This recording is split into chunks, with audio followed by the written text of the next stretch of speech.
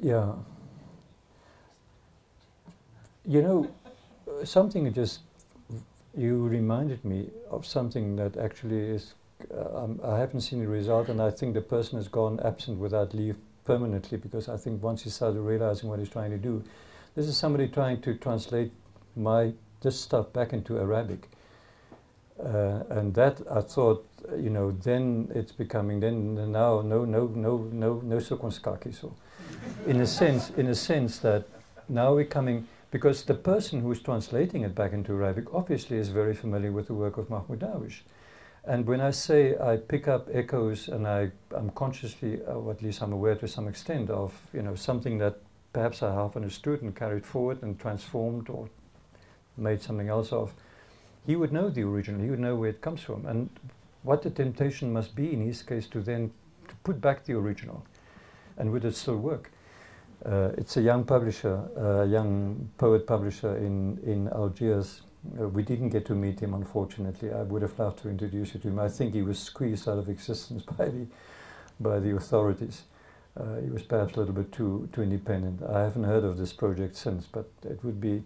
I've discussed this. I've read in English, and I think probably by now they've seen it in French. People who knew Mahmoud, people whom I know in Paris, for instance, people like Elias Samba or Pirogue Bey. Pirogue Bey was the publisher of Sinbad publishing house, and he published a lot of Mahmoud's work, and he knew, if we know, his Arabic, he's himself from Syria.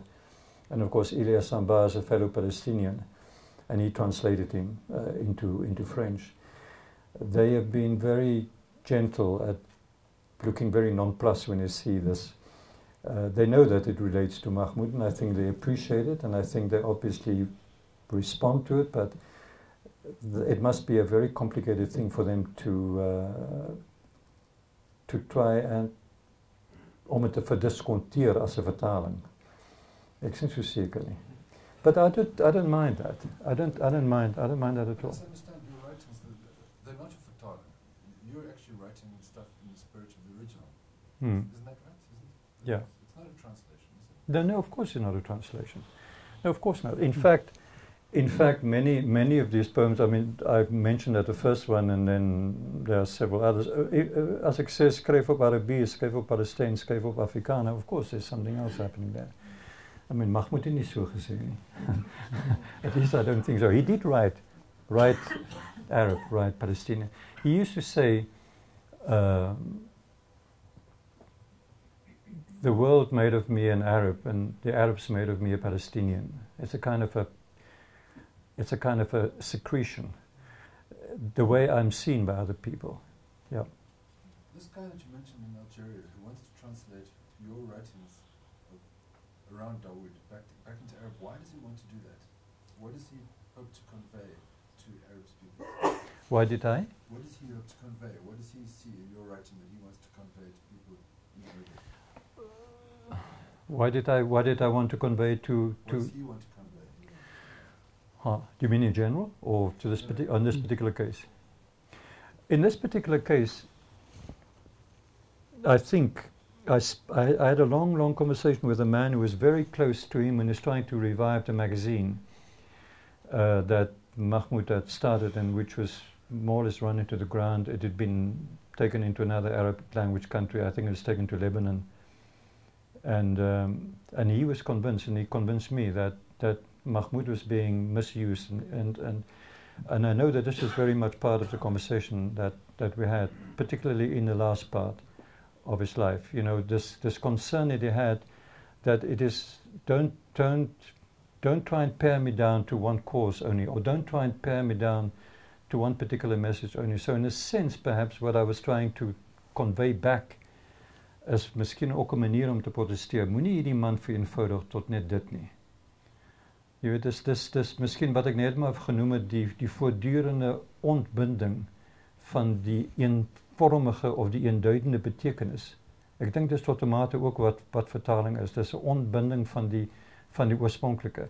It's fascinating to think that a translation ages, whereas the original does not age, really. If you look now, I've used this image quite often, the way Miss Garner, or whatever her name was, translated Dostoevsky in the 1920s or 1930s, and it has to be retranslated 20 years later because the translation so obviously has aged in a sense. And I think that is what happens when you redo what is considered to be a normal translation.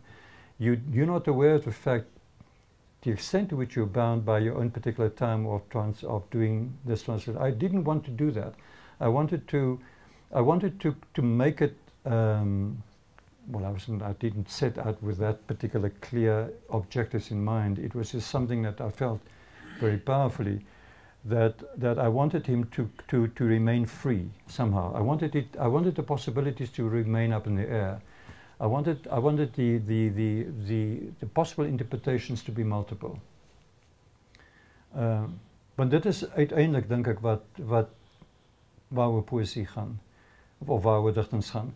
The one thing that we can still do, and I don't think it should be underestimated, and I think the one thing that we continue trying to do is to just keep on introducing the bloody grain of sand in the machine. You know, introducing doubt, introducing the contestation of certainty, of dogma, of orthodoxy, of the national democratic revolution, if you want to call it that, of repression, of killing when you could have prevented killing. You know, all of these things to bring it home, which is of course a very cheap shot.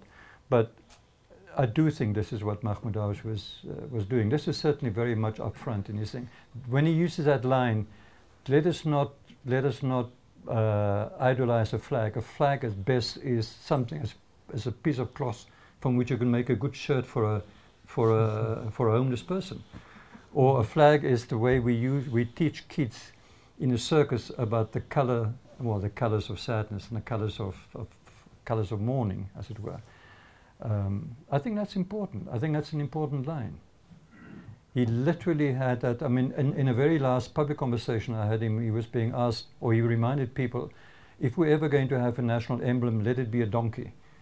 You know, and then he went on to explain why he thought it must be donkey. I think to puncture this pompousness of patriotism is not a bad thing. If a poet can do that, ja, nou blaas jy daar homself baie op.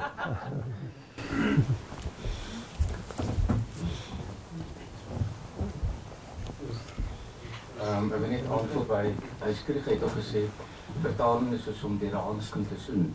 Ek mis die lippe van die beminde. Die elegiese vers is my baie belangrik in die werk. Die beginsel van stof gesê is opgedra aan die voorloper vriend van sy slabbert. Die binne ook vertaling die Saaiman. Ja.